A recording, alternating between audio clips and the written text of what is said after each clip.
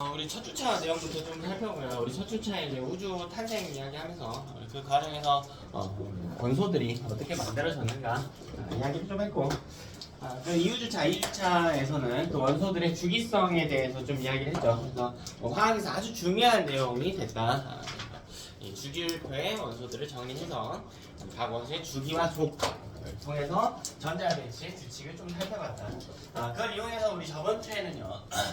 그 원소들이 결합을 할 때 어떤 형식으로 결합을 하는가에 대한 이야기가 좀 했었거든?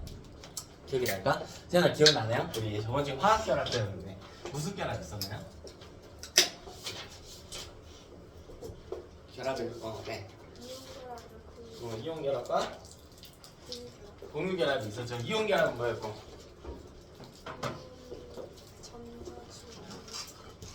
전자를 주고받아서 형성이 되는데 누구랑 누가 합니까? 금속의 양이온과 비금속의 음이온 사이에 형성되는 결합이었다. 그죠? 공유결합이라고 하는 건 비금속 원자 간의 전자쌍을 공유하면서 일어나는 결합이었죠. 그 과정에서 전자 껍질을 꽉 채우려고 하는, 즉 이제 18쪽의 전자 배치를 하려고 하는 결합을 취한다. 이런 이야기를 했었고, 오늘 할 이야기는 뭐냐면, 그렇다면 그런 식으로 결합되어 있는 물질들이 우리 주변에 실제로 어떻게 존재하는가에 대한 이야기를 하는 겁니다. 오늘 할 건 어렵지 않아요. 암기 베이스 내용이 많고요. 가장 먼저 우리 주변에 있는 이 원소들의 질량비를 살펴봅시다. 우리 주변에 오늘 할 이야기는 원소들이 실제로 어떻게 존재하는가에 대한 이야기인데, 그걸 알려면 누가 많은지 먼저 좀 정리를 해야겠지. 자, 먼저 우주 기준으로 놓고 보면 수소가 가장 많다. 그 다음 헬륨이다. 기억나니 승훈아? 우리 첫 주차 이야기했었는데 둘의 질량비 몇 대 몇이었죠? 그렇지, 3대 1이었단 말이야. 기억 잘하고 있어요. 그래서 약 75%, 25%를 차지하고 있습니다. 둘이 합쳐서 거의 100%예요. 자, 근데 이게 지구로 넘어오게 되면 지구는 철이 가장 많습니다. 자, 그 다음 산소, 그 다음 규소예요. 지구는 이렇게 정리가 됩니다. 근데 이 철이라고 하는 친구들은 보통 이 지구의 핵에 몰려 있거든요. 그래서 지구가 아닌 실제로 우리가 밟고 있는 지각을 기준으로 좀 보자. 지각을 기준으로 보면 산소가 가장 많아요. 그 다음 규소고요. 그 다음 알루미늄입니다. 한 2개 정도씩만 외우셔도 괜찮아. 2개는 필수로 외우셔야 돼요. 네, 필수로. 자, 그럼 지각에 실제로 생존하고 있는 이 생명체 내 원소의 질량비는 어떤가 좀 보자. 목이 좀 안 좋냐면 산소, 탄소, 수소 순으로 갑니다. 이때 우리가 중요하게 봐야 될 게 딱 2개 있어. 예원이 늦으면 안 돼.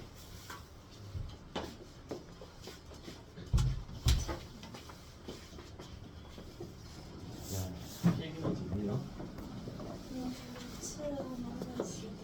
노트 없으면 일단 필기.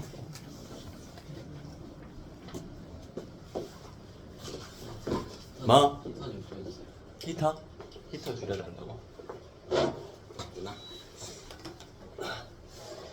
자, 어때요? 우리 이 지각과 생명체가 중요해요. 아무래도 우리랑 가장 직접적으로 연관이 있기 때문에 이 기준으로 좀 정리해볼게요. 자, 그럼 이 둘의 특징을 좀 볼 건데요. 자, 첫 번째로 산소가 가장 많다. 자, 공통적으로 산소가 가장 많아요. 자, 두 번째로 자, 규소랑 탄소 NA가 두 번째로 각각 많거든. 지각 기준으로는 규소가 두 번째로 많고 생명체 기준으로는 탄소가 두 번째로 많아요. 근데 이 둘의 공통점이 있어. 전자 배치를 생각을 해야 된다라는 거야. 전자 배치. 하늘아, 규소 몇 번이에요? 원자번호. 세봐, 괜찮아. 세. 14번 좋습니다. 전자 배치 해볼까요? 14번. 2, 8, 4 자, 그걸 우리 몇 주기 몇 쪽이라고 칭할 수 있어? 3주기 14조 와, 잘했다. 그죠? 서연아, 탄소 몇 번이야? 탄소. 응? 6번 전자 배치 해볼까요? 2, 4죠. 그럼 몇 주기 몇 쪽이야? 그건? 2주기? 바깥쪽에 맨 바깥쪽에 전자 4개니까 몇 쪽? 복습을 조금 더 해야겠다. 14족이라고 칭합니다. 원자과 전자가 4개면 14족이에요. 자, 그럼 둘의 공통점 보이니? 둘 다 몇 쪽이야? 둘 다 몇 쪽? 14족. 근데 이 14족의 원소는 물질을 구성할 때 굉장히 중요한 역할을 수행하는 원소예요. 자, 왜냐면요, 이 14족이라고 하는 놈은 다양한 결합을 만들 수가 있어요.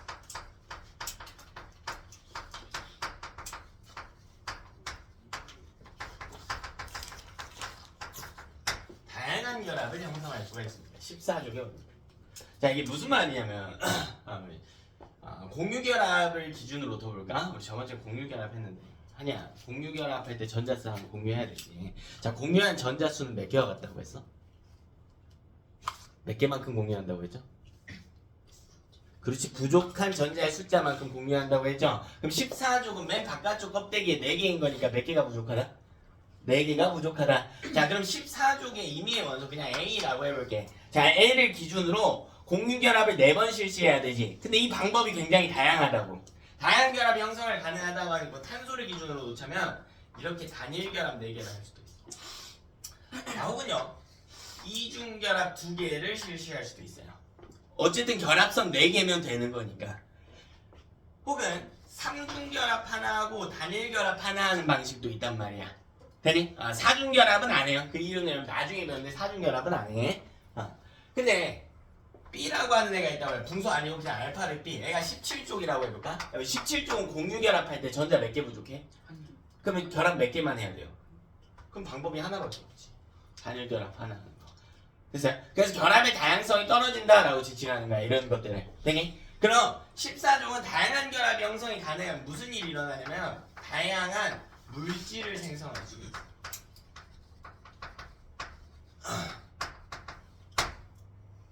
다양한 물질을 형성할 수가 있습니다.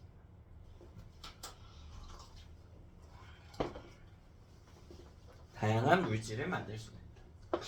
그러면 물질마다 기능이 다르니까 다양한 기능을 수행할 수 있다가 되는 거야. 우리 생명체 기준으로 볼까? 사람 기준으로 볼까? 사람 안에 있는 물질들 뭐가 있는지 혹시 알고 있어? 뭐 있어요? 뭐 있어? 물질이요? 네, 사람 안에 뭐 있어? 물 있어요. 또 뭐 있어요? 피? 단백질? 그 단백질이죠. 단백질이 한 종류만 있냐라고 하면 그건 아니야. 단백질 이야기 조금 이따가 좀 딥하게 할 건데 중학교 3학년 때 배웠던 호르몬들 있죠. 대부분 단백질이거든요. 기억나는 호르몬 있니? 기억나는 호르몬? 아무거나 하나라도. 하나도 기억 안 나? 인슐린 기억나요? 인슐린? 기억 안 난다고 하면 사기꾼들이고. 인슐린 역할이 뭐였냐면 혈당을 낮추는 역할을 했어. 자, 인슐린과 반대의 작용, 이거 호르몬 파트에서 길항작용이라고 여러분이 배웠을 텐데 글루카곤이라고 하는 호르몬이 있었고 이 글루카곤은 혈당을 높이는 역할을 했어요. 그럼 우리 몸 안에 인슐린도 있고 글루카곤도 있으니까 혈당을 낮출 수도 있고 뭐 할 수도 있어? 높일 수도 있다는 거지. 되나? 또 이것 말고도 다른 호르몬들이 더 많았어요. 여러분 들어봤을 만한 걸로 티록신, 체온을 높이고 신발을 빠르게 하고 뭐 아드레날린, 에피네프린 이런 애들 있죠. 자, 이렇게 물질이 다양하면 다양한 기능을 수행할 수가 있게 돼. 되니? 그래서 유기적인 활동들을 할 수 있게 해주는 거야. 그래서 14족의 원소 덕분에 다양한 물질을 만들어서 우리 몸에서 다양한 기능을 수행할 수 있게 됐다. 됐죠?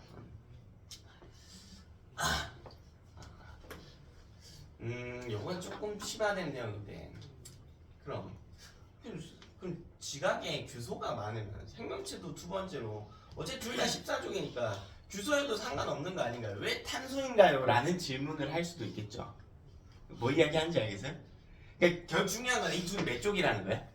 14족이라는 거지. 근데 왜 하필 지각은 규소고 생명체는 탄소냐는 거야. 어차피 땅에 훨씬 더 많은 건 탄소보다 규소거든요. 근데 왜 생명체는 규소가 아닌 탄소가 두 번째로 많냐? 이 이야기를 좀 해보는 건데 여러분, 이 탄소는요 이 주변에 있는 이 결합의 세기가 좀 약한 편이에요. 규소는 주변에 있는 이 결합의 세기가 굉장히 센 편이에요. 이게 더 단단해요. 그럼 이걸 붙였다 떼기가 쉬울까 어려울까? 어렵죠. 어렵지. 그냥 탄소는 좀 어떤 편이야? 쉬운 편이야. 우리 다시 아까 인슐린으로 돌아가보죠. 우리가 밥을 먹었어요. 그러면 혈당이 훅 증가하겠죠. 포도당을 흡수하게 돼서 피 속에 포도당 양이 늘어날 거야. 그래서 인슐린을 분비해서 혈당을 어떻게 한다고? 낮춘다고. 그럼 봐봐, 그 인슐린 혈당을 낮추고 나면 그 인슐린 남겨놓으면 될까 안 될까? 안 되죠. 왜 계속 낮추면 안 되잖아. 우리 목표가 혈당을 바닥 찍자가 아니라 적절한 수치로 유지하자 이거니까. 그래서 우리 몸에서 어떤 물질이 작용하고 나면 그 물질들은 대부분 분해돼요. 분해해야 돼. 이거 다시 없애버려야 돼요. 만들었으면. 그대로 놔두면 혈당을 계속 떨어뜨릴 테니까. 그래서 우리 몸에서 어떤 물질을 합성하고 분해하는 게 계속 자주 일어나야 되는 메커니즘이란 말이야. 근데 규소는 이 결합이 너무 단단하다고 했죠. 그래서 이게 어려워, 합성과 분해가. 그래서 두 번째로 많은 게 탄소인 거예요. 이런 차이가 있는데 거기까지 물어보지는 않고요. 일부 학교에서 물어볼 수도 있어요. 자, 그럼 오늘 본격적인 내용으로 넘어가자. 자, 오늘은 저 두 가지 지각과 생명체의 구성 물질을 좀 따져볼까 합니다. 자, 이건 뭐냐면 대부분 90% 이상 규산염 광물이라고 하는 것으로 구성이 됩니다. 자, 지각은 대부분 규산염 광물이라고 하는 것으로 구성이 돼요. 규산염 광물.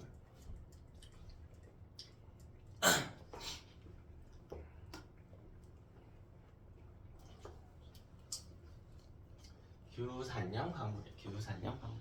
자, 저 규산염 광물이 뭐냐면 규소와 산소로 이루어진, 염은 그냥 덩어리 정도로 해석할게요. 지금은 규소와 산소로 이루어진 덩어리진 광물이 대부분이래. 왜? 지각에 규소랑 산소가 제일 많으니까. 되니? 자, 그럼 우리 이 규산염 광물이 뭔지부터 따져볼게요. 자, 이 규산염 광물은 어떻게 만들어지냐면요. 자, 매우 중요해요. 규산염 사면체라고 합니다. 여기에 양이온이 결합합니다. 일부 양이온이 결합하지 않는 케이스가 있긴 하나 대부분 양이온이. 자, 이거 너무 중요한 이야기인데요. 자, 이 규산염 광물은 전기적으로 중성.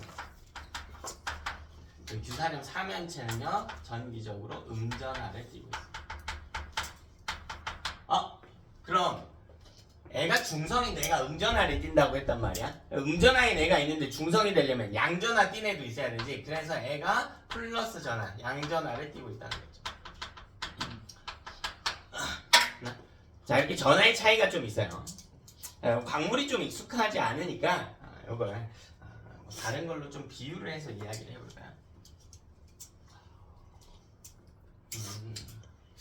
조금 다른 이야기이긴 하지만 그냥 우리 사람으로 좀 가볼까요? 사람은 생명체죠. 생명체를 구성하는 기본 단위가 뭐죠? 중학교 때 다 배웠는데 생명체를 구성하는 기본 단위가 뭐예요? 그렇죠, 세포죠. 세포야. 자, 그럼 생명체를 만드는데 뭐 다양한 게 필요하겠지만 그냥 딱 이것만 볼게요. 그냥 세포하고 그냥 물이 좀 필요하다 정도로 봐볼까요? 세포하고 물이 좀 필요하다. 다른 거 더 필요하겠죠. 더 필요하겠지만 세포하고 물이 필요하다고 해볼게. 그러면 이 규산염 광물이 어느 정도의 개념이냐면 사람이야. 사람은 세포 플러스 물 이렇게 되는 것처럼 광물은 사면체 플러스 양이온인 거예요. 이해되니? 그래서 이 뒤에 있는 애들이 더 작은 단위가 되는 거야. 자, 이때 우리는 규산염 사면체라고 하는 식을 다시 한번 정리를 해줘요. 야, 이거 너무 중요해요, 여러분. 이 파트에서는 이 사면체에 대해서만 잘 이해해보세요. 자, 얘는 규산염 광물의 기본 단위라고 칩니다. 그러니까 이름이 비슷하니까 같다고 생각할 수 있는데 절대 아니고요. 광물이 사람이면 사면체는 세포 정도 되는 거예요. 사면체가 훨씬 더 작은 단위입니다.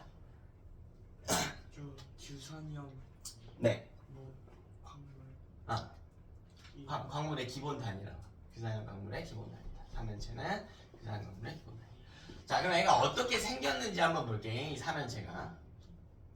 자, 얘는요. 주소를 기준으로 네 방향으로 산소와 공유결합을 하고 있어요. 이게 규산염 삼연체의 생김새예요. 자, 그럼 지금 저 삼연체 그리고 있어요. 삼연체. 전에 썼다고 안 쓰지 말고 다시 써. 자, 삼연체 그리고 있어. 자, 근데 이 삼연체는 무슨 전화 띈다고 했어요? 위에서? 무슨 전화 띈대? 음전화 띈대. 자, 얘는 전체적으로 4-의 전화. 그럼 4-까지는 굳이 안 외워도 돼요.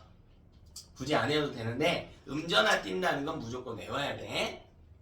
4-의 전화. 그렇죠? 그럼 이 사이에 이 결합들 다 뭐라고? 다 뭐라고요? 무슨 결합? 공유결합. 자, 저렇게 결합선으로 나타내는 건 전부 다 저번 주에 배운 공유결합이다. 근데 이거 좀 이름 이상하지 않니? 사면체라고 했지. 면이 몇 개라고요? 4개라고. 그럼 입체 구조겠죠? 근데 이 그림은 뭐예요? 그냥 평면이지. 그래서 실제로 얘는 그냥 도식화해서 간단하게 그려놓은 거고 실제로는 어떻게 생겼냐? 입체적인 구조야. 자, 주소가 이렇게 있고요. 얘가 네 방향으로 산소랑 결합을 하는데 이렇게 결합해.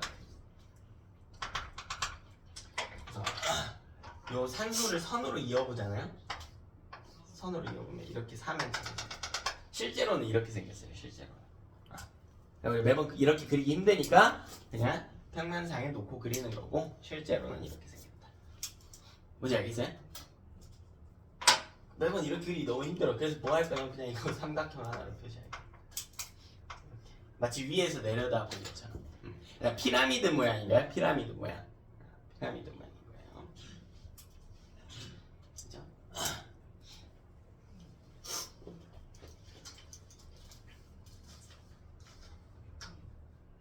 됐나? 자, 그럼 이때 다시 돌아와서 규산염 광물을 정리를 해보면, 자, 광물이라고 하는 건 사면체.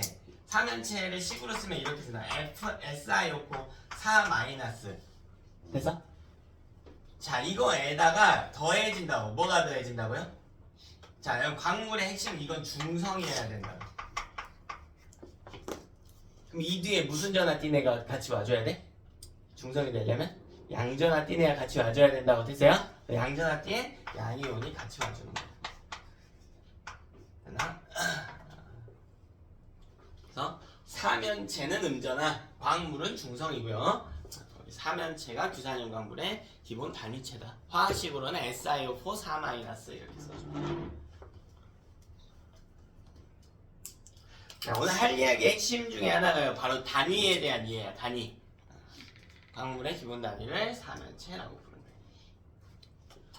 자, 그럼 우리 다시 이 사면체를 가지고 광물을 좀 만들어 볼까 해요.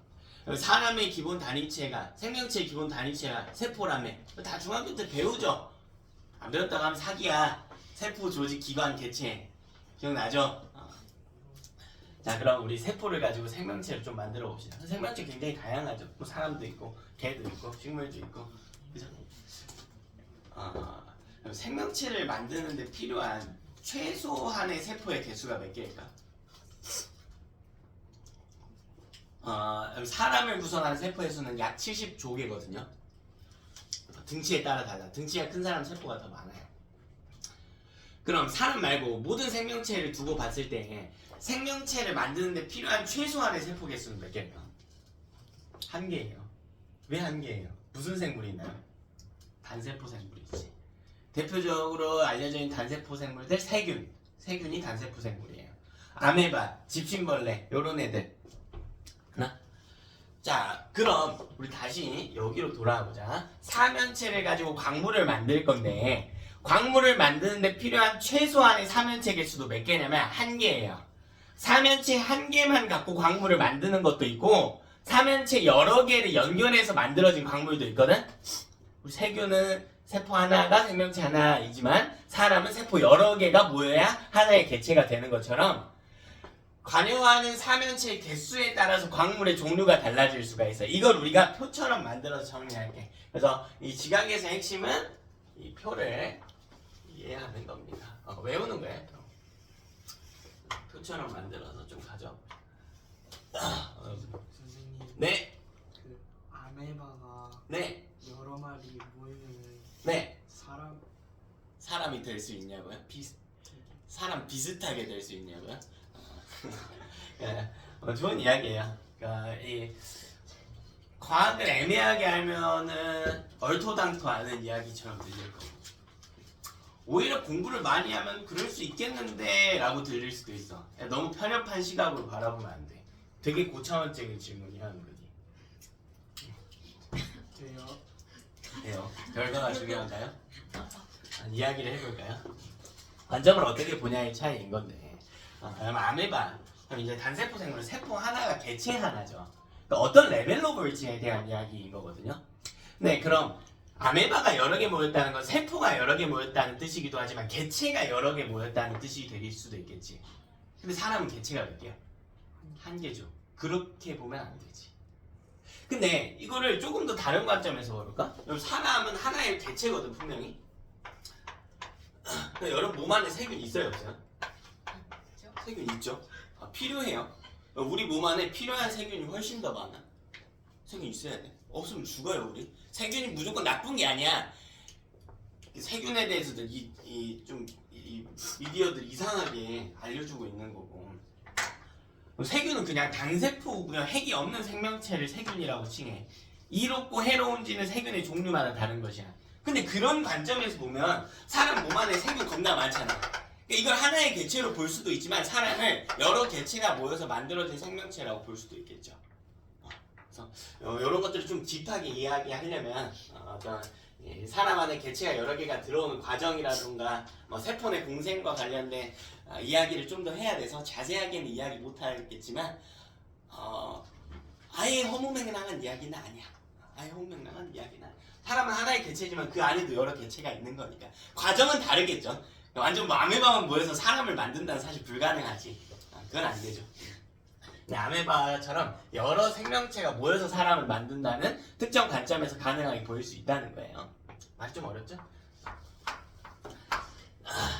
표처럼 만들어서 정리 좀 할게요.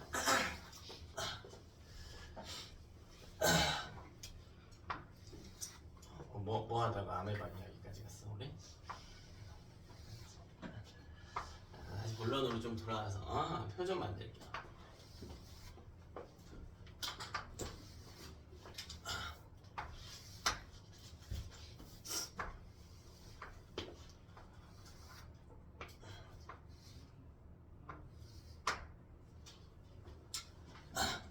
자, 우리 이 규산염 사면체를 가지고 어떻게 사면체들이 몇 개가 오고 어떻게 결합하는지에 따라 광물이 달라질 수가 있어.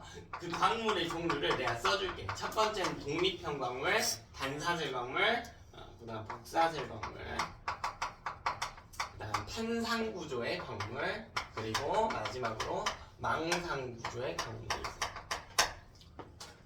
우리 가장 먼저 구조 볼 거고요. 그 다음 실제 광물의 이름 볼 거고. 구조는 그림 그려야 되니까 좀 크게 가져갈게.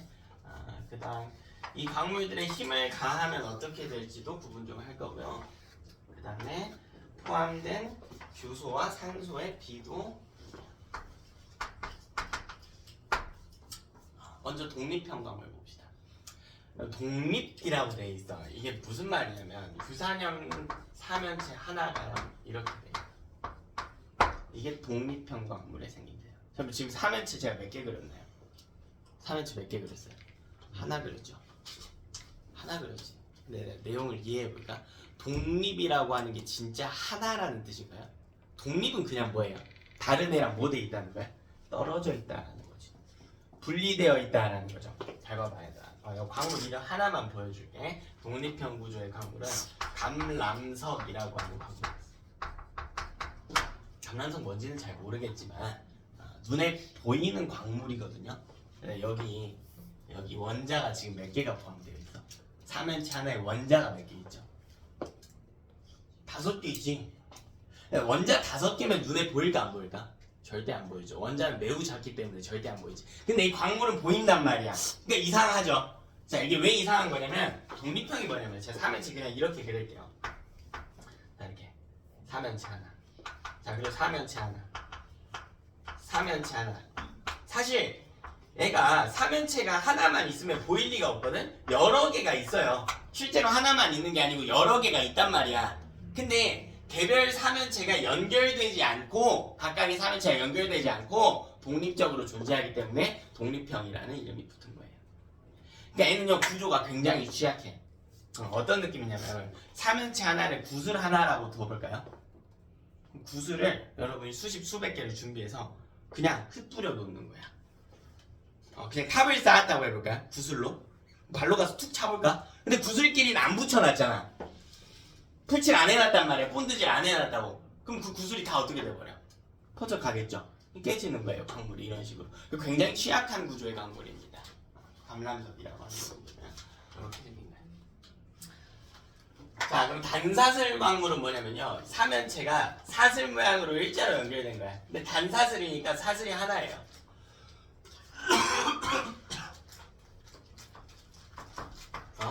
3면체 하나를 이렇게 그려보자. 자, 그리고 밑으로 더 이어지는 거예요. 이게요 계속 가요. 무한대로 갑니다. 무한대로. 일자로 3면체가 쭉 연결되는 거야.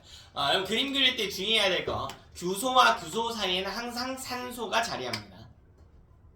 산소가 항상 있어야 돼. 규소와 규소 사이에는 산소가 항상 있어줘야 돼.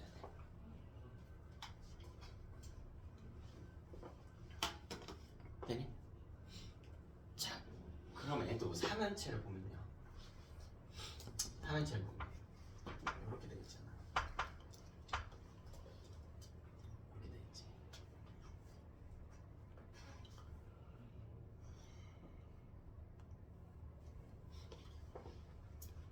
자, 이게 3면체 하나죠. 근데 이 3면체랑 밑에 3면체랑 연결돼 있지. 자, 그걸 어떻게 그릴 거냐면 이렇게 그려. 실제 구조가 이렇게 됩니다. 서로 꼭지점이 맞물리는데 이렇게 반대 형상을 취하면서 반대 형상을 이렇게 이게 3면체가 일자로 연결됐다는 거야. 쭉 가는 거죠. 오른쪽으로 쭉 가는 거예요. 어떤 상황인지 이해가 가니? 자, 이렇게 놓고 보니까 독립형과의 차이점 알겠나요? 어차피 3면체는 하나가 아니에요. 여러 개인데 얘는 광물 하나를 구성하는데 들어간 3면체들이 독립적으로 따로 존재한다는 이야기고 얘는 일자로는 연결이 돼 있다는 거야. 그럼 이게 실제로 한 줄밖에 없냐라고 하면 아니야. 여러 줄 있어 얘들아. 그냥 요 안에도 그리기 귀찮으니까 세모만 할게요. 이렇게만 합시다. 한 줄 더 있어요. 그리고 어차피 이 광물이 눈에 보이려면 원자가 많아야 되니까 수도 없이 많은 줄이 있거든? 그럼 이거 사슬이 하나가 아니자요 하겠지만 사슬이 하나라는 뜻이 아니고요. 사슬 하나에서만 결합이 이루어진다는 거야. 그리고 이 밑에도 사슬이 하나 더 있다고. 근데 이 사슬과 이 사슬이 이어졌나? 그건 아니지. 그래서 단사슬 구조라고 부르는 거야. 그래서 연결된 형태가 사슬 일자로 연결이 되어 있다. 근데 그런 사슬 자체는 여러 개가 있는 거예요. 자, 이런 광물은 이름 외울게요. 휘석이라고 치는 거죠.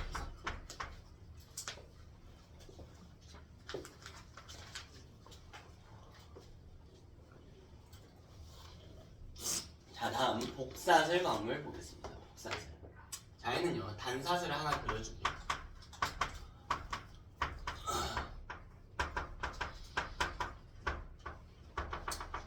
자, 그리고요 옆으로 사슬 하나를 더 붙여줘요.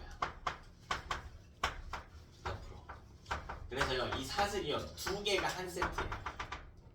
밑으로 쭉 내려옵니다. 2개가 한 세트야. 이게 사슬 하나야. 이게 사슬 하나야. 이게 사슬 하나야. 저렇게가 사슬 하나거든. 근데 얘는 사슬 하나하나가 따로따로 존재하는 게 아니라 2개의 사슬까지는 붙여놨다라는 뜻이 되는 거예요. 그럼 어떻게 그리면 되냐면 저기에는 단사슬 있죠. 일단 단사슬을 그려봅시다. 안 하기로 했는데 또 하고 있네.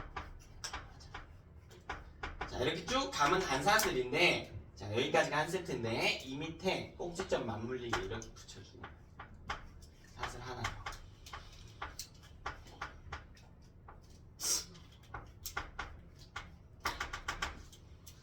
자, 이렇게 해서 두 줄이 합쳐져 있는 겁니다. 이걸 복사슬이라고 치.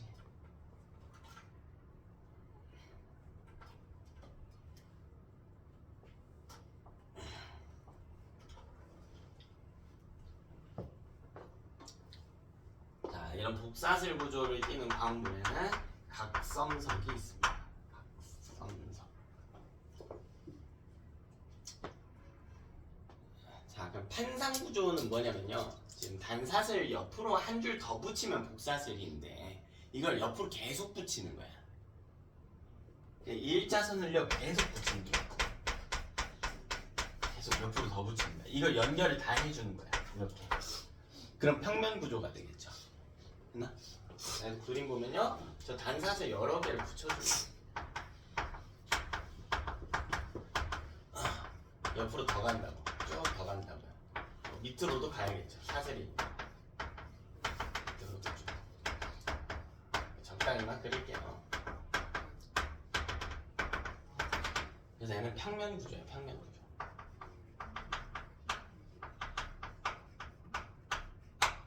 면을 둘러싸고 있는, 면을 덮고 있는 구조입니다.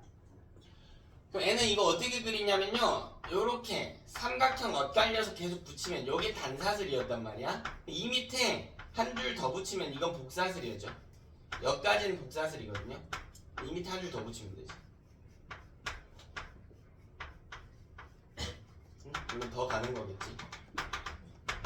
개수는 무한대라고 생각하셔야 돼요. 자, 이런 구조를 띠는 광물이요, 흑은모라고 하는 게 있어요. 흑은모.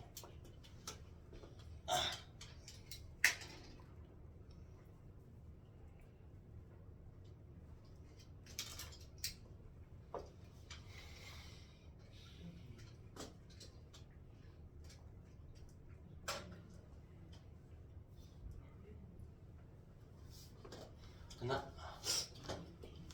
그래서 갈수록 지금 구조를 좀 복잡하게 만들고 있는 겁니다. 독립형은 하나하나 개별로 박아 놓은 거고, 단사슬은 그걸 일자로 연결한 거고요. 복사슬은 두 줄로 연결한 거야. 그러니까 마치 복사슬은 여러분 사다리 모양처럼 생겼어요. 사다리처럼 두 줄이 내려오죠. 판상은 그걸 면으로 되는 거예요. 면으로, 면의 형태로. 그럼 이제 뭐 할 거냐면 이 면을요, 면 위에 또 다른 면을 하나 더 놓는 거야. 그리고 그 위에 면을 하나 또 놔. 또 놔요. 또 놔요. 그리고 이 면과 면을 연결해버려. 그럼 무슨 구조가 되는 거야? 입체 구조가 돼. 망상 입체 구조.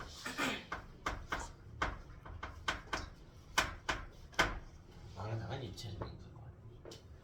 자, 구성하는 광물은 석영과 장석이 있습니다.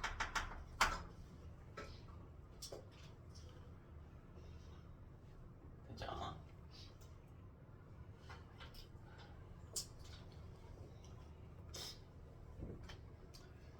자, 그럼 각 광물에다가 힘을 좀 줘봅시다. 자, 그럼 어떻게 되냐면 감람석은 깨져요.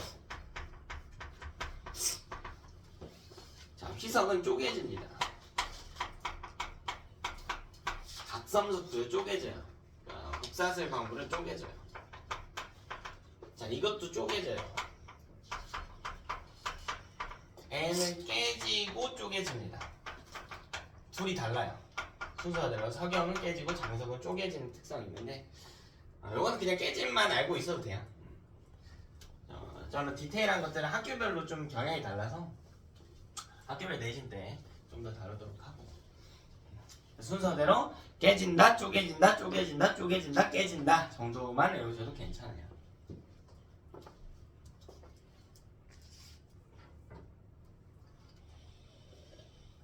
이게 왜 그렇게 되는지 이해를 한번 해볼까요? 독립형 광물을 보면 삼연체 하나를 그냥 내가 구슬처럼 볼게요. 구슬. 이게 독립형이란 말이에요. 이거 여러 개를 쌓아놓으면 이게 독립형인 거예요. 그럼 독립형의 핵심이 뭐냐면 이 삼연체와 이 삼연체를 연결을 한대 안 한대? 안 한다는 거지.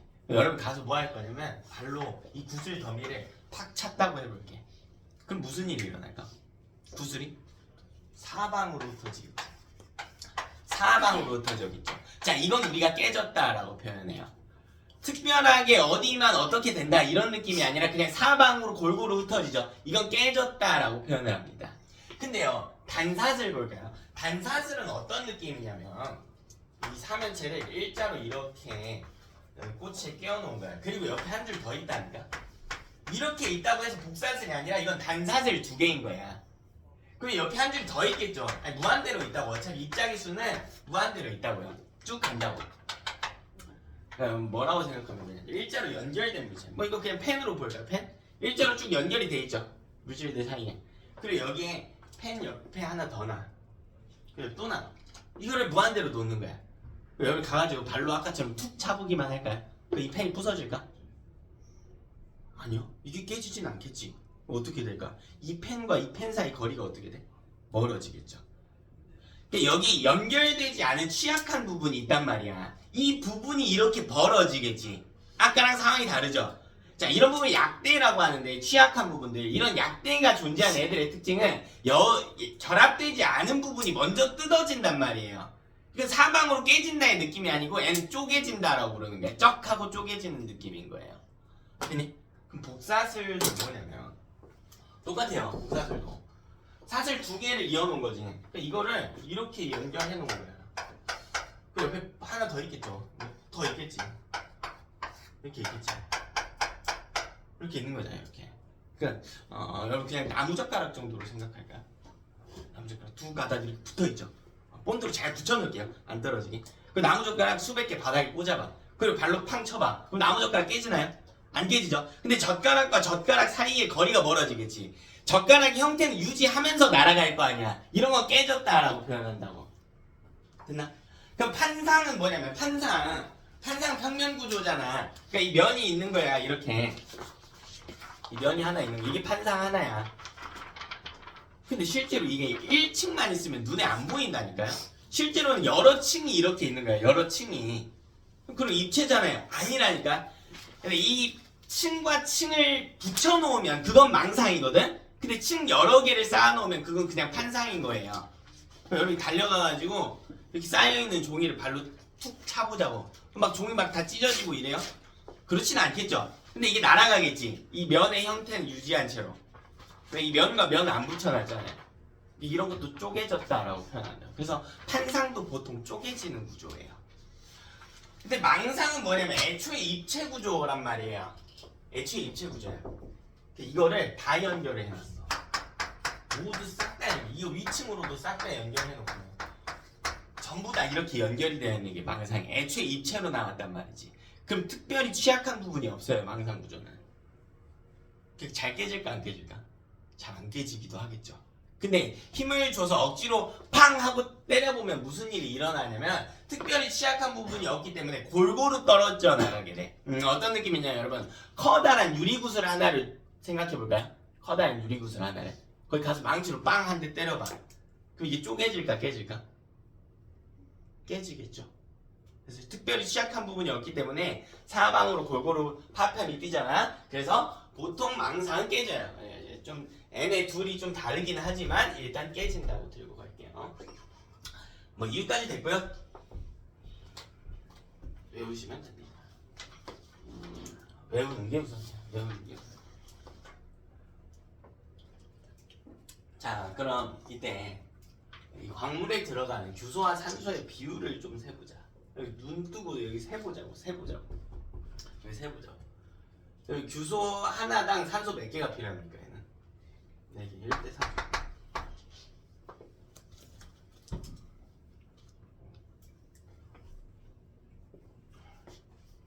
어려울 게 없어요, 오늘 거.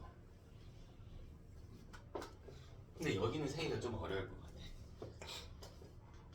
좀 어려워요. 자, 왜냐면 결국 이 규소가 갖고 있는 산소가 몇 개인지를 세는 거잖아요. 문제가 되는 산소가 있어요. 누구냐면 이 산소예요.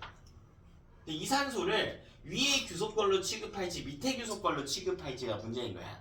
자, 어떻게 할 거냐면요. 여기까지가 한 세트라고 볼 거야. 그리고 이렇게 한 세트야. 그리고 이렇게 한 세트야. 보여요?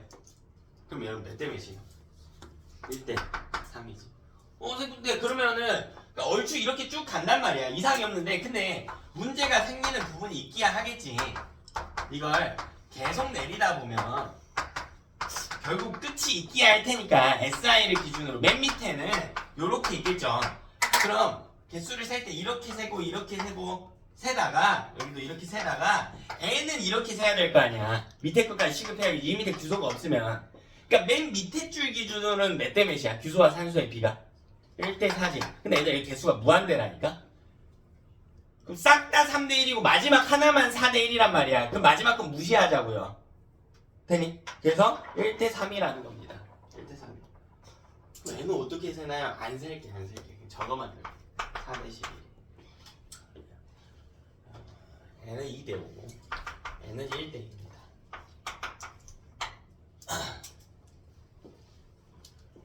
자, 이게 왜 이렇게 되는지 그림을 한번 보면서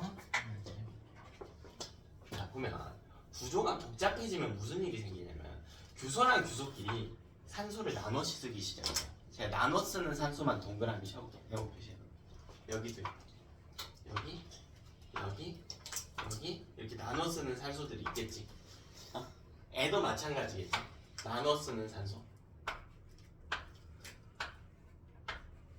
나눠서 쓰기 시작한다. 규소 혼자 있을 때는 산소가 몇 개 필요했어? 몇 개 필요하다고? 4개 필요하다고. 근데 이 규소 숫자가 늘어나면 늘어날수록 산소를 나눠 쓸 수 있단 말이야. 즉 내가 4개 꼭 안 가지고 와도 돼. 왜? 어차피 남하고 뭐 할 수 있으니까? 그치, 빌려서 쓸 수 있는 거니까 나눠 쓸 수 있잖아. 그럼 필요한 산소의 숫자가 어떻게 된다는 이야기일까? 줄어든다는 이야기지. 그 갈수록요, 자세히 보면 비율 떨어지고 있어요. 이거 4대 12죠. 4대 11이에요. 4대 10인 거고 4대 8인 거고 갈수록 떨어진다를 외우시면 돼요. 네? 오른쪽으로 갈수록 산소의 비율이 감소한다.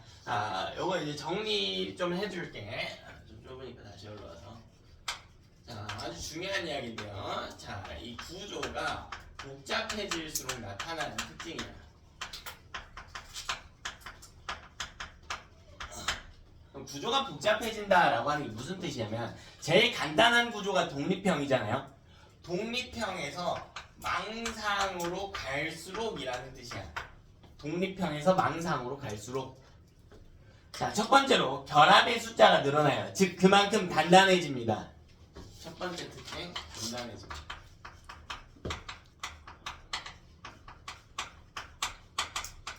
그래서요, 풍화에 잘 견딥니다.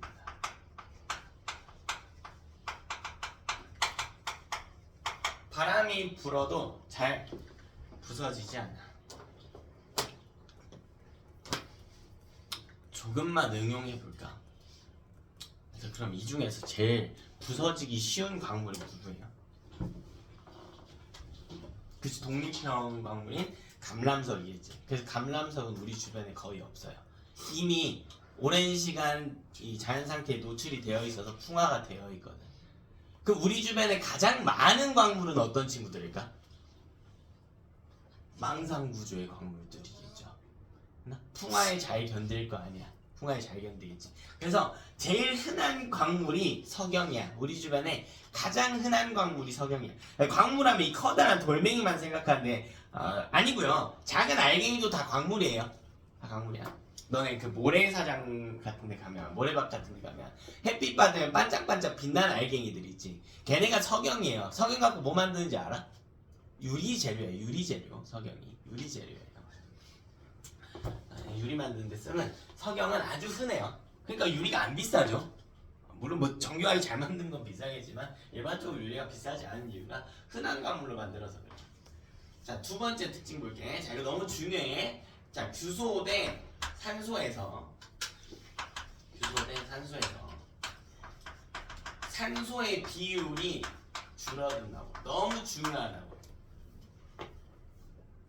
이걸 분수값으로 해볼까요? 문제에서 보통 분수값으로 출제하거든. SI분의 5가 줄어든다. 혹은 5분의 SI. 이 비율은 늘어난다고요. 이 분수는 증가한다고. 5가 줄어드는 거니까.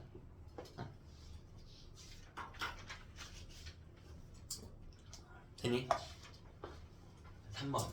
여기서 많이 틀려요. 네, 공부를 제대로만 하면 틀릴 리가 없는 문장인데. 자, 구조가 복잡해질수록 세 번째 규소 한 개당 공유하는 산소의 숫자는 증가합니다. 위에 산소 준다면서요? 는다고요? 그러니까 이렇게 공부하는 애들이 성적이 진짜 안 올라요. 말 앞뒤 다 잘라놓고 하는 애들.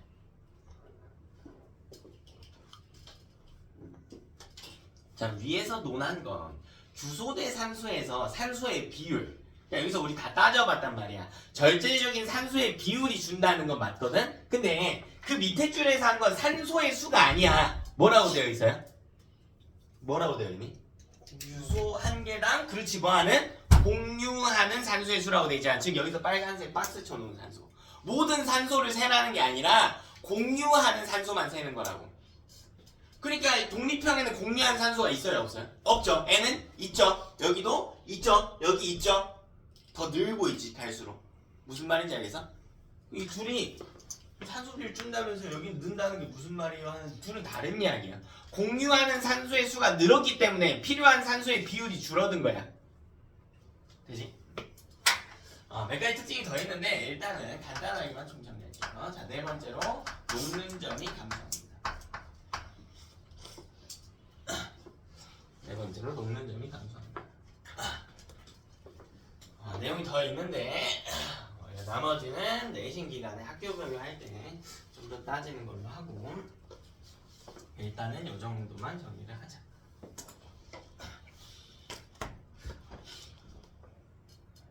그래서 우리 지각을 구성하는 물질에 대해서 좀 다뤄봤다.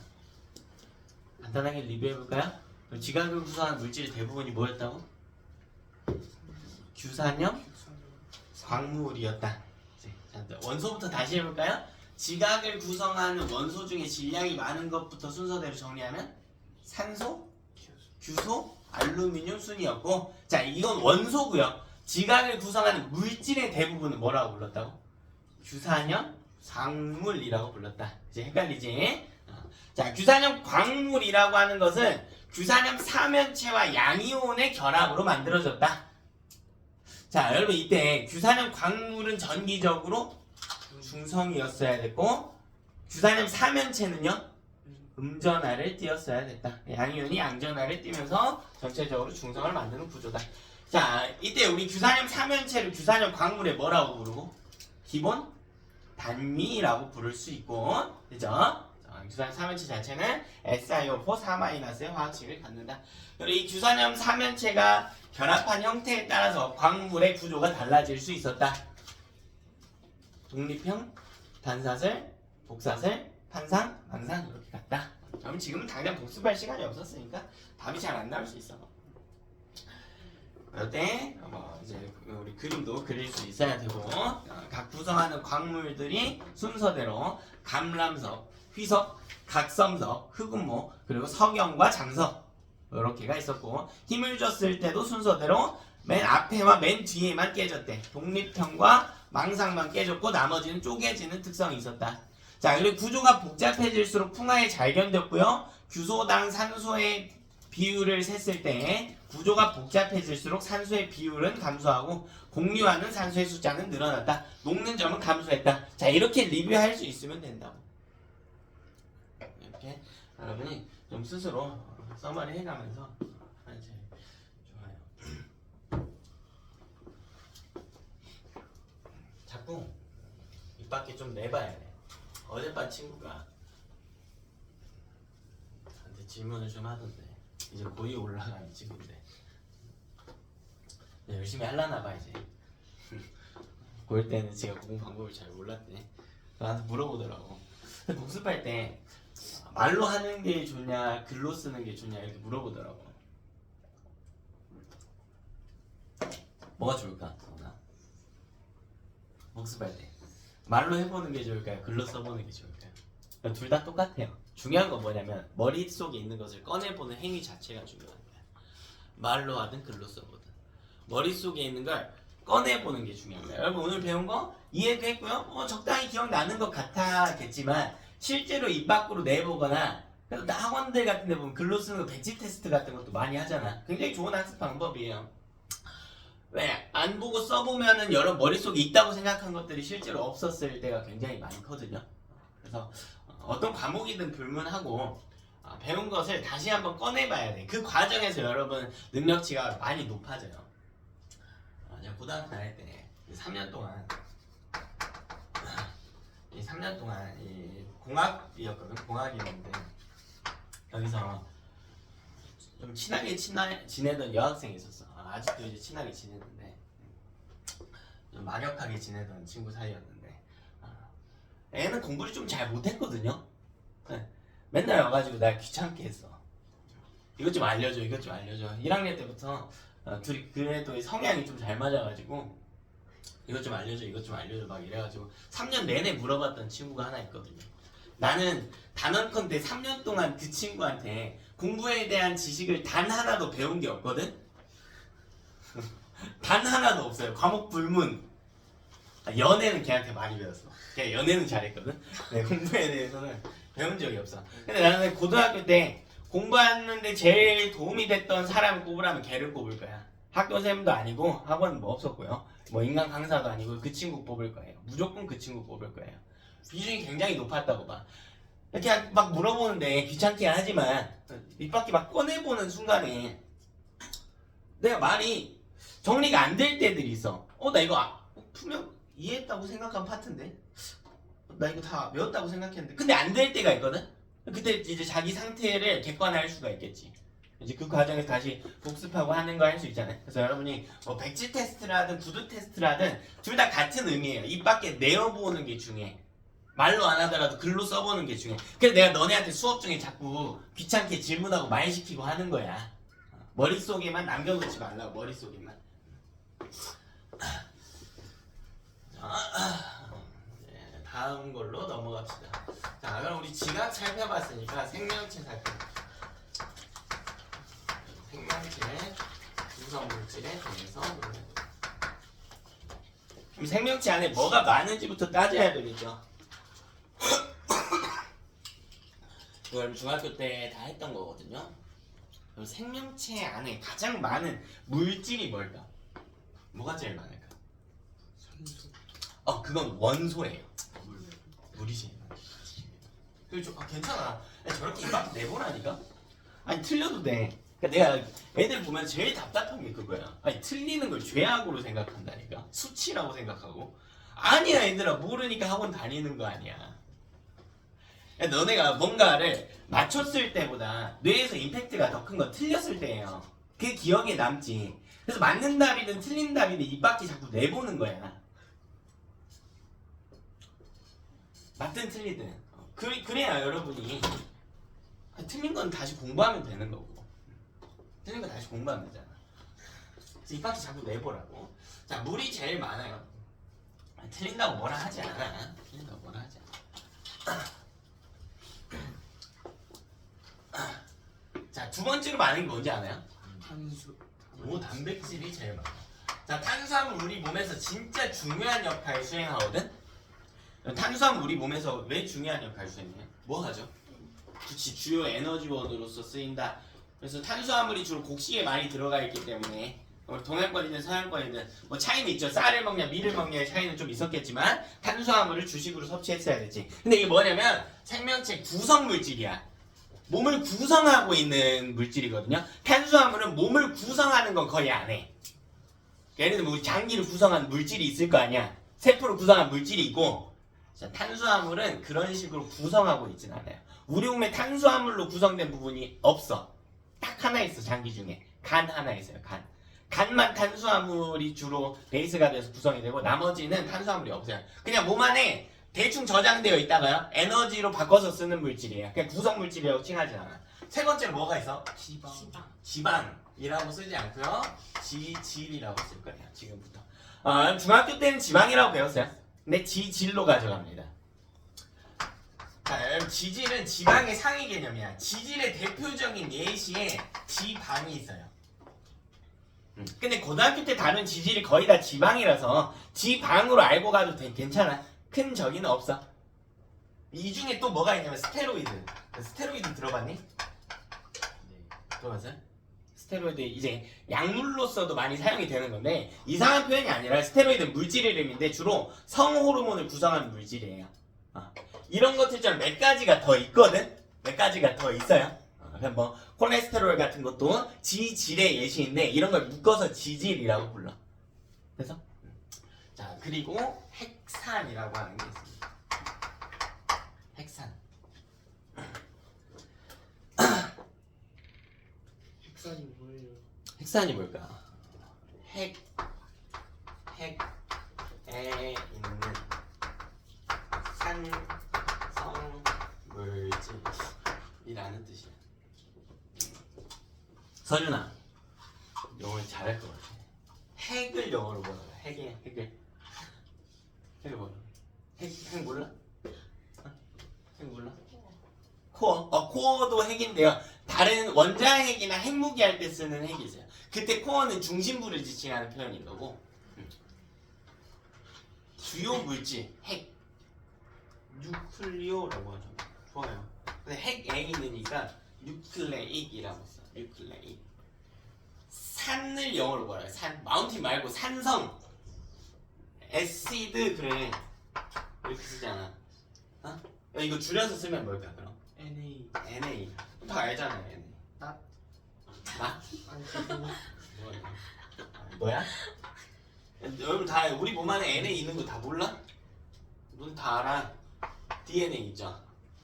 자, DNA 같은 애들이 핵에 있는 산성 물질이야. 주로 유전 물질입니다. 유전 물질. 이따가 자세하게 이야기할게. DNA가 대표적인 핵산의 예시예요. 유전 물질입니다. 자, 그리고 이 이외에 물질들이 더 있기야 하겠지. 뭐 무기염류라던가, 뭐 비타민이라던가 여러 물질들이 더 있을 겁니다. 탄수화물이 빠졌네. 탄수화물 하나 잡아. 그리고 뭐 무기염류, 우리 치아를 구성하거나 뼈를 구성하는 무기염류, 뭐 비타민 등등 더 있을 겁니다. 여기서 중요한 물질이 누가 있냐면 요 네 가지가 중요해요.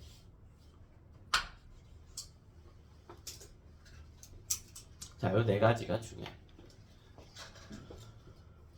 우리 아까 내용으로부터 다시 좀 돌아가 볼게요. 아까 내용으로 생명체를 구성하는 원소로 다시 돌아가 볼까? 뭐가 제일 많았는지 기억나요? 산소. 그치. 자, 두 번째는 누구였는지 기억나? 탄소가 들어가죠.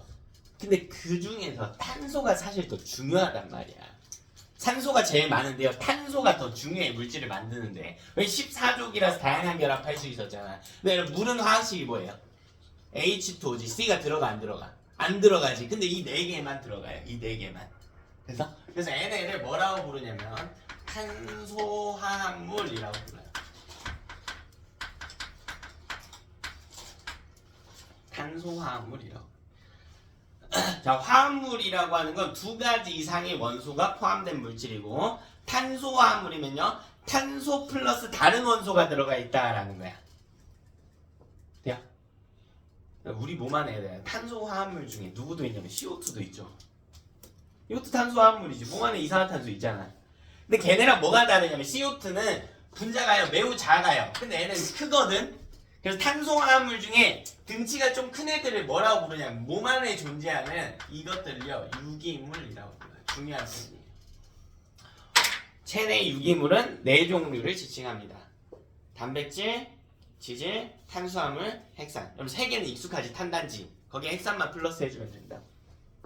체내에 존재하는 탄소화합물 중에 정확한 정의는 단위체의 반복적 결합으로 형성된 고분자 물질인데, 그렇게 하면 어려우니까 탄소화합물 중에 이산화탄소처럼 크기 작은 애들 빼고 좀 등치 큰 애들만 유기물이라고 칭하는데, 근데 여러분 유기물이라는 표현을 오다 가다 몇 번씩은 들어봤을까요? 유기물, 유기체. 근데 그게 주로 어디서 나오는 표현이었냐면 생명체에서 나오는 표현이란 말이에요. 생명체 안에 있는 네 가지 대표적인 탄소화합물을 지칭합니다. 저것들 기준으로 좀 배울 건데요. 하나씩 정리 좀 합시다. 자, 첫 번째 물. 자, 화학식 H2O다.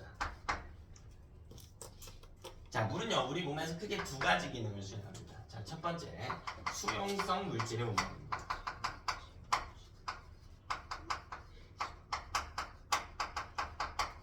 자, 수용성 물질을 운반해요.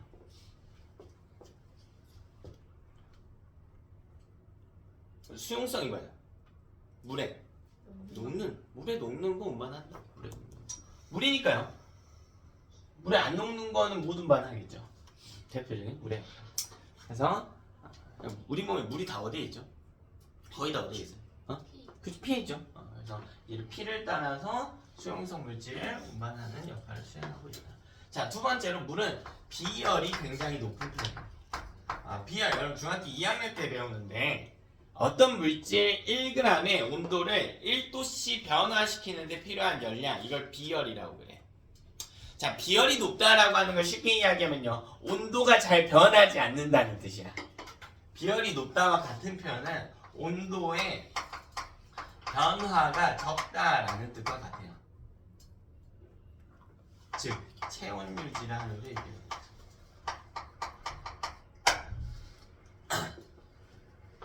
체온 유지라는 얘기잖아. 이것도 중학교 때 다 한 겁니다. 사람 몸이 대부분이 물이 아니라 그냥 금속이었다고 해볼까? 그냥 철판이 대부분이라고 해볼까? 그럼 땡볕이 나가면 철판은 어떻게 돼? 금방 뜨거워지죠. 그치? 철은 대표적으로, 금속들은 대부분 비열이 낮거든요. 이거랑 같은 표현이 뭐였냐? 우리 저번에 금속 할 때 금속은 전기와 열을 잘 통한다고 했잖아. 그게 비열이 낮다와 거의 같은 표현인 거야. 그래서 약간 차이가 있긴 한데요. 근데 그렇기 때문에 체온 유지 못할 거 아니야. 그죠? 사람 몸에서 체온 유지를 못하는 게 왜 문제일까? 왜 36.5도에서 벗어나면 안 될까요? 아밀레이스. 아밀레이스가 어떻게 되죠? 약간 분해를 못해요. 아밀레이스 역할은 녹말을 엿당으로 분해한다는데 그걸 못해. 왜 못하죠? 활성화되는 온도가 있어. 활성화되는 온도, 아주 좋은 이야기야. 우리 몸에서 사실 이 온도가 중요한 이유는, 이게 물이 온도를 보존하는 역할을 하는 거고, 온도가 중요한 이유는 이 단백질 때문이야. 단백질은요 열에 굉장히 취약하거든. 그러니까 우리 몸에서 온도가 변화하게 되면 단백질이 일을 못해. 그래서 우리가 잘 이야기해줬는데 이걸 변성이 일어났다고 하거든요. 단백질의 변성이 일어나게 돼요. 그럼 일을 못해. 그 대표적인 단백질의 예시 중에 하나를 이야기해준 것 뿐이 아밀레이스가 일을 못해요. 근데 아밀레이스뿐만 아니라 우리 아까 이야기했던 인슐린 있죠. 이것도 단백질이거든요. 일 못해요. 우리 몸에 있는 호르몬들이 일을 못해요. 그럼 몸에서 조절작용들이 잘 일어나 못 일어나? 못 일어나지. 이거 체온 유지하는 거 너무 중요해. 그래서 여러분 어떤 병에 걸리더라도요, 좀 아프더라도, 목이 좀 안 좋은데 나도 어저께 금요일에서 토요일 넘어가는 새벽에 응급실도 갔다 왔는데 도저히 못 견디겠더라고. 근데 사람이 아프면 무조건 우선적으로 취해야 될 게 있어. 무조건 뭐부터 해야 될까? 해열부터 해야 돼요. 해열부터 해야 돼. 왜 우리 몸에서 스스로 병원균을 죽이는 기능을 하는 물질들이 있거든. 그걸 항체라고 부르는데, 대표적으로 항체와 백혈구가 있거든요. 이 둘도 단백질이에요. 그럼 체온이 높아져 있는 상태라면 걔네가 일을 해 못해? 못한다고.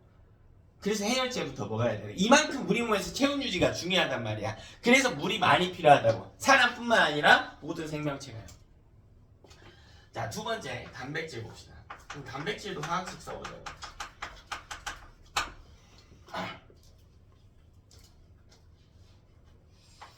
단백질도 화학식 써보자. 근데 못 써요. 미안, 못 써. 몰라. 자, 왜냐면 여러분 물은요 종류가 하나예요. 분자의 종류가 하나지. 근데 우리 아까 단백질, 아까 이야기 아밀레이스도 단백질이라고 했지. 우리 몸 안에 있는 대부분 그냥 싹 다 단백질이라고 생각하면 돼. 인슐린도 뭐라 그랬어요? 백혈구도 뭐라 그랬어요?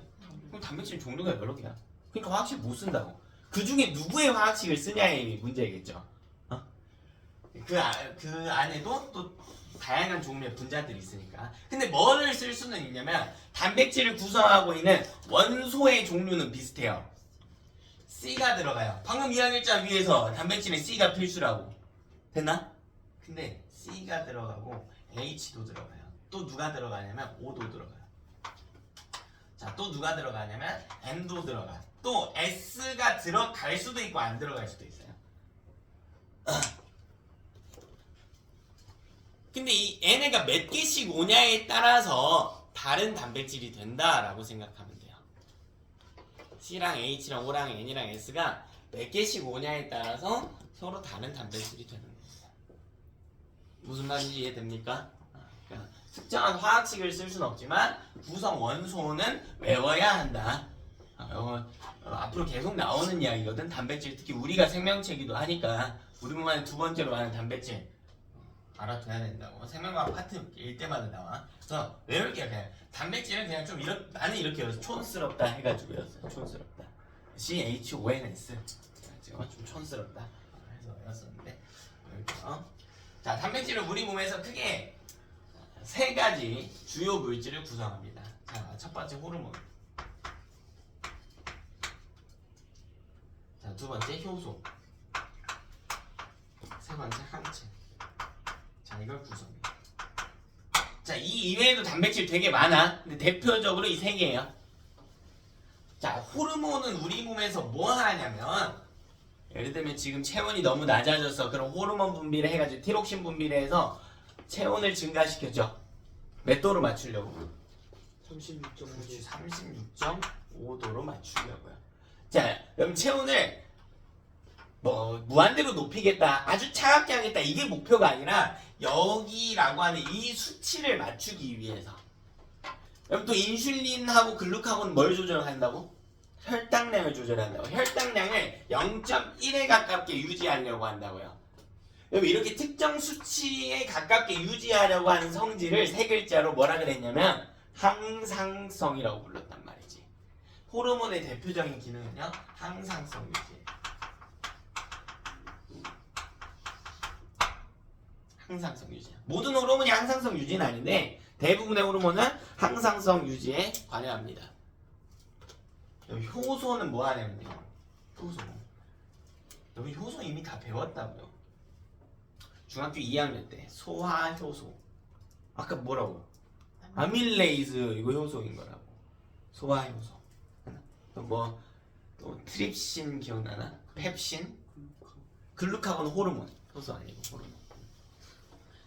호르몬. 자, 이렇게 효소는 뭐 하는 거냐면요. 어떤 물질을 가지고 다른 형태로 바꿔줘. 그러니까 아밀레이스는 녹말의 엿당으로 바꿔준단 말이야. 자, 이렇게 몸 안에서 일어나는 화학 반응은요, 물질 대사라고 불러요. 물질 대사를 조절해요. 효소가 있어야만 해. 물질 대사를 조절합니다. 자, 항체는 뭐 하냐면 몸에서 방어 작용을 수행해요.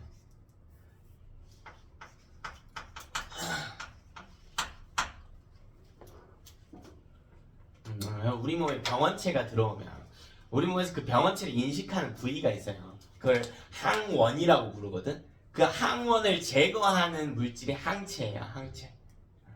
항체를 잘 만들어야 우리 몸이 빨리 나아요. 방어작용을 수. 됐나? 너무나 중요한 역할이죠. 너무나 중요한 역할. 자, 그리고 자, 이런 식으로 우리 몸에서 다양한 조절 작용들을 하죠. 이런 걸 생리작용을 조절한다라고 불러요. 몸 안에서 일어나는 다양한 작용들의 생리작용이라고. 단백질 없어서 안 돼요. 필수예요. 없으면 죽어.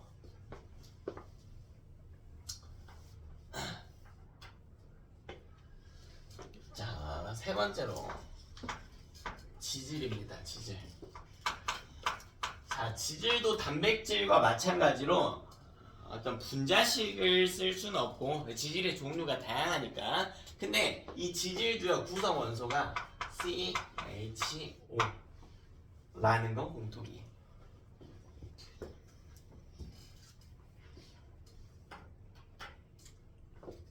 자, 그러면 지질은 뭐 하냐면 몸의 일부를 구성해요.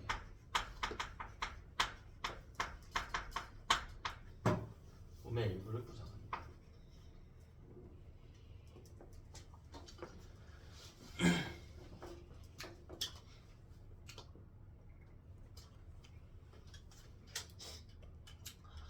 특히 여러분 바깥쪽으로 나와 있는 이런 피부들은 대부분 다 지질로 구성이 되거든. 우리 보통 그냥 지방층이라고 하죠. 여기 있어야 돼, 없어야 돼? 있어야만 해요. 외부의 자극으로부터 몸을 지켜주고 외부 충격으로부터 몸을 지켜주기도 하고 체온 유지에 진짜 중요하거든요. 그래서 몸을 일부 구성하기도 합니다. 자, 그리고 지질은 스테로이드 호르몬, 좀 쉽게 이야기하면 성호르몬들이 스테로이드 호르몬들이거든. 이걸 구성해. 아까 호르몬 제가 단백질이라고 했잖아. 근데 성호르몬은 지질 계열의 호르몬이에요. 뭐 있니? 성호르몬 뭐 있어? 뭐 있어? 요새 상염색체. 상염색체? 그 염색체 호르몬 뭐 있냐?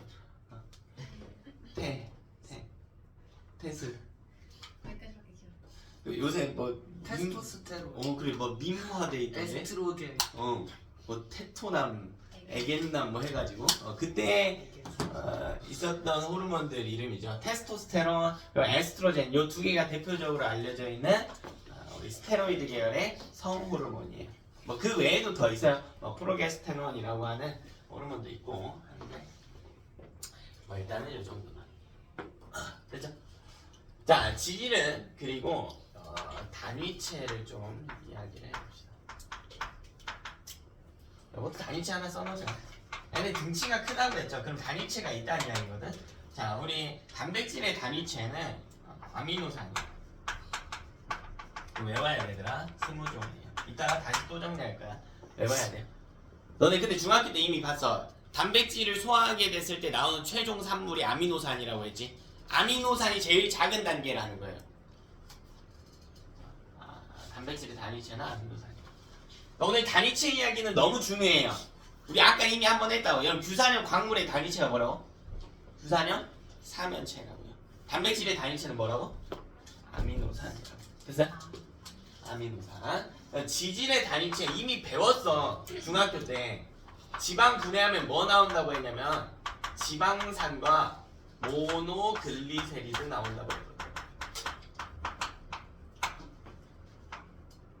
지질의 단위체는 지방산과 모노글리세리드입니다.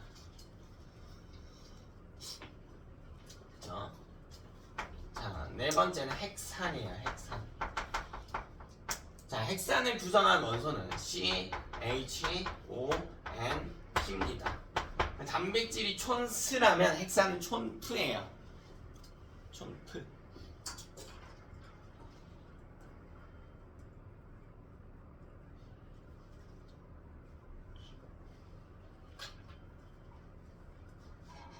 자, 얘는 뭐 하냐면요. 우리 몸에서 유전 정보를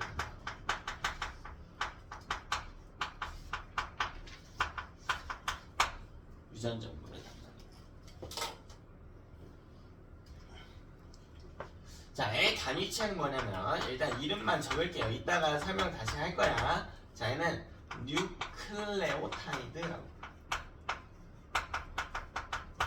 자, 이건 8종이야. 8종류가 있다. 왜 8종인지 이따가 다 이야기할게. 일단은 잘 외워보자. 자, 5번째로 마지막 탄수화물.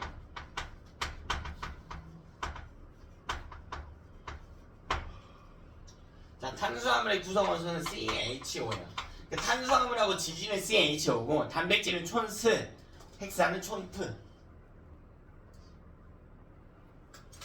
자, N은 뭐 하냐면 주요 에너지원으로서의 가치가 있지. 또 굉장히 중요한 물질입니다. 자, 탄수화물의 단위체는 뭐라고 부르냐면 단당류라고 불러요. 단당류. 자, 얘는 보통 육각형으로 생겼어요. 오각형짜리도 있거든요. 근데 육각형 하나가 기본 단위체인 경우가 더 많아요. 여기 이거 다 배웠어요. 이거 뭐라고 했냐면 포도당. 육각형짜리 당이에요. 오각형짜리 당도 있어요. 이따가 오각형짜리 하나 더 배울 거예요.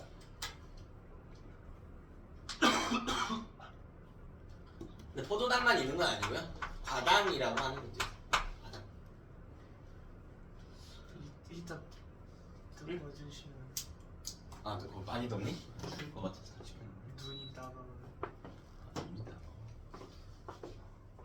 여기 있어. 자, 그럼 이걸 좀 응용을 해볼까? 네, 단위체는 단당류야. 그럼 단위체를 연결할 수가 있다고. 그럼 이거 두 개 연결하면 뭐가 되냐면 이당류.